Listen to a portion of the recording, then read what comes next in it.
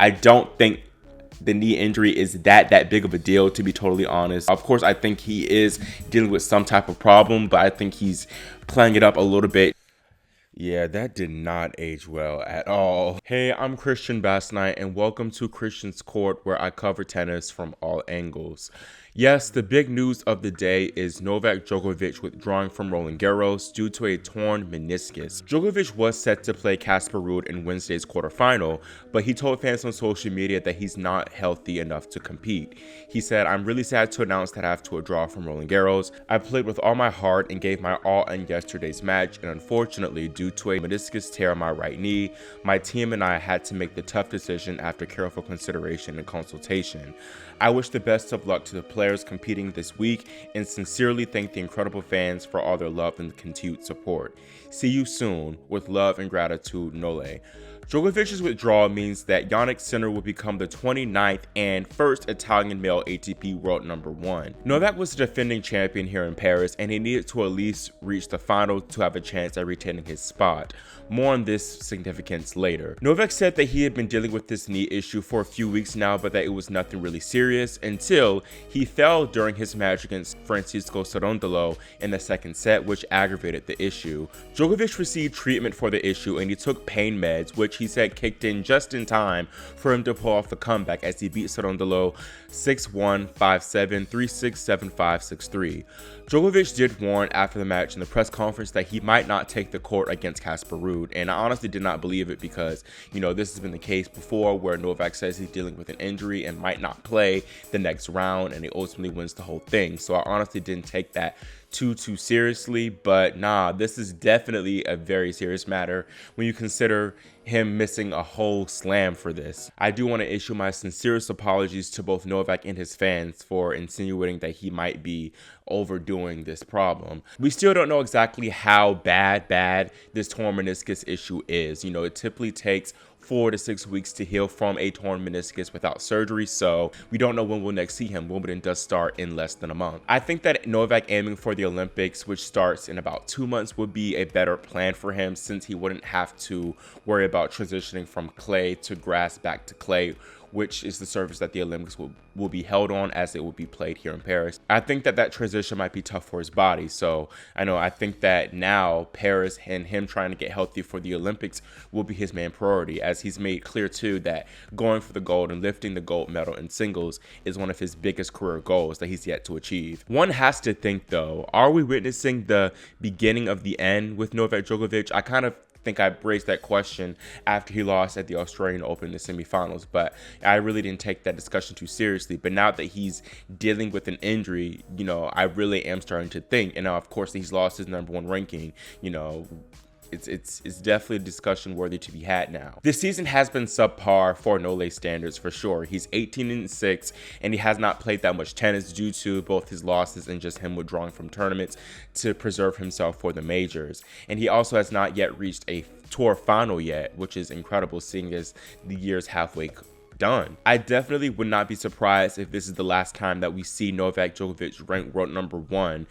He held the world #1 ranking 428 weeks total, which is a record that likely won't be broken for decades. And I believe he has about a 2-year edge over Roger Federer, who has the second most weeks at #1 cumulatively. I say this might be his last stint at world #1 because he is defending US Open champion points, and then of course he finished runner-up at Wimbledon, so those are 1,300 points potentially coming off his ranking too. And then you have to consider that Jannik Sinner and Carlos Alcaraz are only getting better and better. Novak isn't getting any younger. I for sure think Novak has at least one good slam win left in him, but Father Time is undefeated, and at I believe 38 years old now, one has to think, is he at the age where just injuries completely take over as it did with Roger Federer? A lot of this is dependent on the severity of his injury, but I'd say that he has at least 1 to 2 more years playing wise total, but we can never ever count out the GOAT Djokovic. Focusing now on Sinner, although I know he wishes it were under better circumstances, this is an incredible feat for him.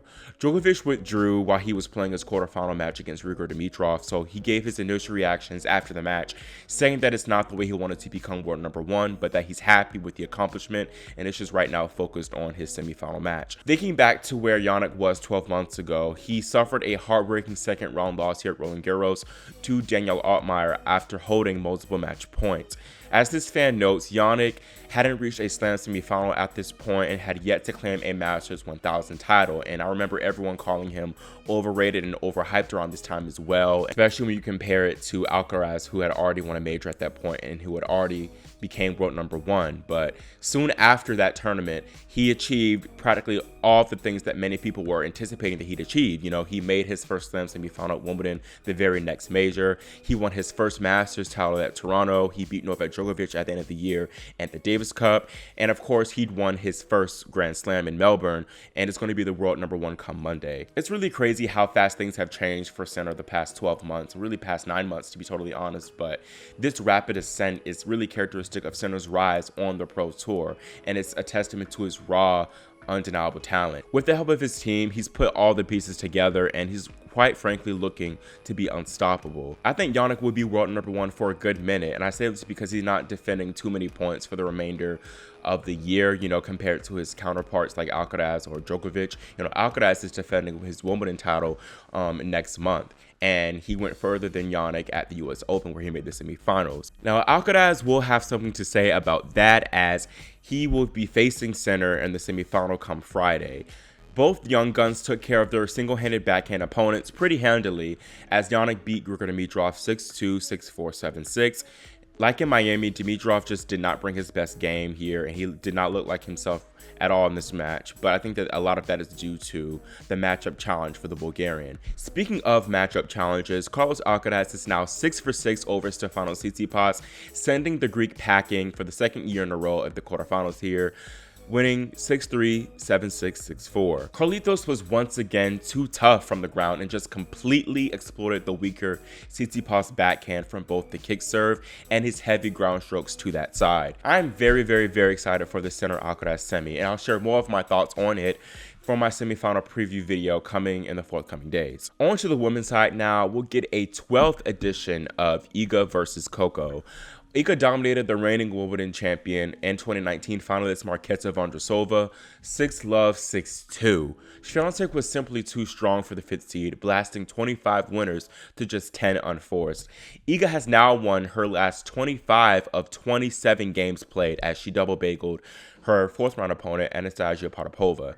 Iga now improves her head-to-head over Marketa 4-0, and she's never dropped a set to the Czech. Coco had a much tougher time on court in her quarterfinal against Ons Jabeur, as she dropped the first set of the tournament to the Tunisian before rallying to claim the 4-6, 6-2, 6-3 win. To be honest, I was not that impressed by Coco's form in this match. You know, her forehand was pretty shaky, and it was not as strong as we've been witnessing from her recently in the past coming weeks, especially in Rome.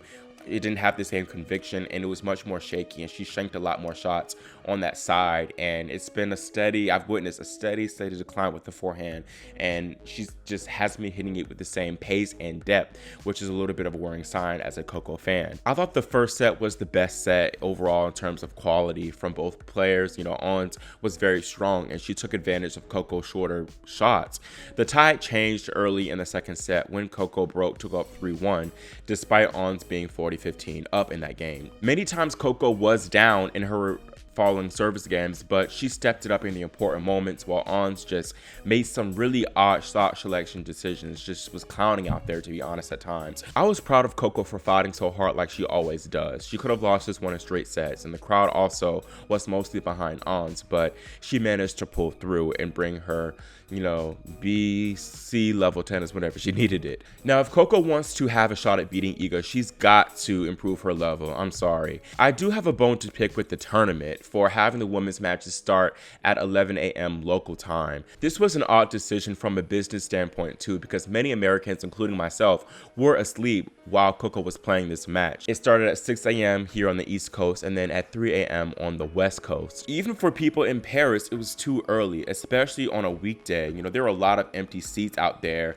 and it just makes you wonder, does the tournament even care about women's tennis? And it's crazy because the tournament director is Amelie Mauresmo, a former WTA Grand Slam champion, but it seems like she doesn't seem to be a girl's girl, which is crazy considering that she's a whole lesbian. She has not put on any women's matches in that primetime night slot. She had a great opportunity to do so when Iga Swiatek and Naomi Osaka played each other in the second round, and that turned out to be the match of the tournament. On spoke out about about this in her post-match press conference, saying, "I would have loved to play a quarterfinal at night, not at 11 a.m.